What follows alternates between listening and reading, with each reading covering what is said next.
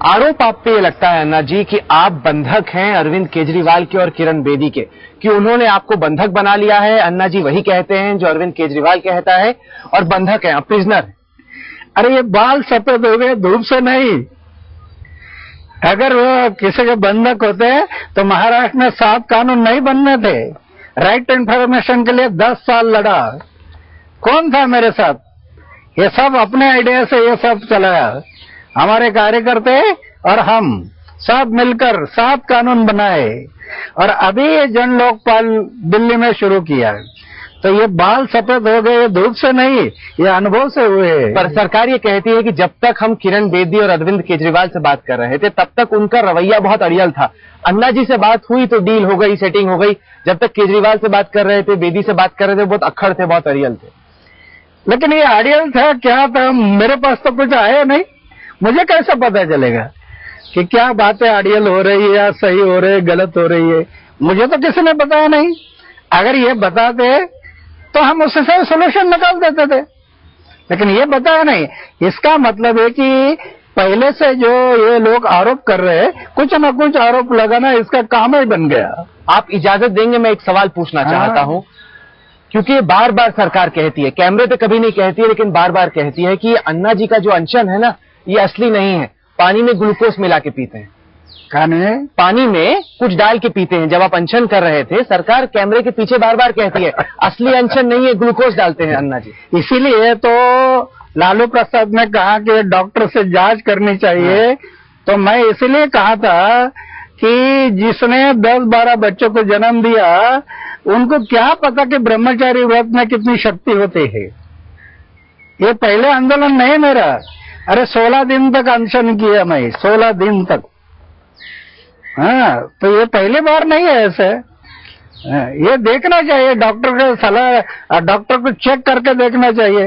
तो आप ये कहते हैं कि कोई भी डॉक्टर कुछ भी टेस्ट कर ले, उसमें कुछ ग्लूकोज नहीं निकलेगा, कुछ नहीं निकलेगा? कुछ निकलेगा नहीं, कुछ निकलेगा नहीं। कुछ चीजें हुई अनशन के दौरान जिनको लेके सवाल खड़े हुए।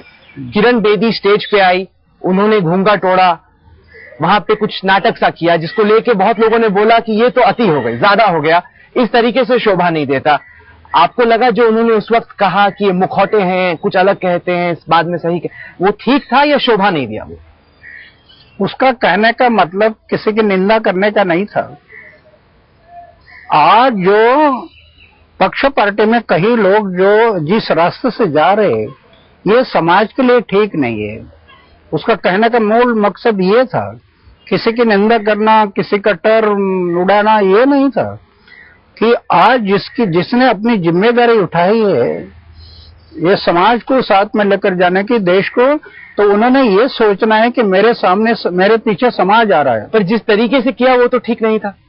कि ठीक कई जगह पर करना पड़ेगा ना, करना पड़ेगा। जब कई सीमा से परे जाते हैं कई लोग, तो करना क्या दोष है? वो अपने स्वार्थ के लिए नहीं किया, समाज को बदलने के लिए किया।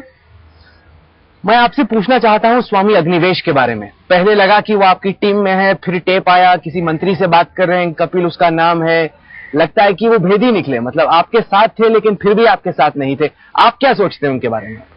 नहीं, उसमें एक है, मेरे पास वो शिकायत आई थी और मैं 2 बार उनको बताया था कि हमारा प्रोसीजर ये है कि हमारी सिविल सोसाइटी हो, कोर कमेटी के मेंबर हो, मंत्रियों से जो भी बात करनी है पहले हमारे में बात करके उनके साथ बात करना। लेकिन 2 बार ऐसे हुआ कि वो जाकर डायरेक्ट बात करने, तो मैं उनको कहा कि ये बात ठीक नहीं है, आगे के लिए ऐसा नहीं होना। उसके बावजूद भी ये काम ये किया है, तो इसलिए हम सोचा कि ये बात बराबर नहीं है। मंत्री और हमारा डायरेक्ट ताल्लुकात क्या है? जो निर्णय लेना है, जो हमारी कोर कमेटी होगा या सिविल सोसाइटी होगा, इनमें जो डायलॉग है, इनके तरफ से लोग जाने चाहिए।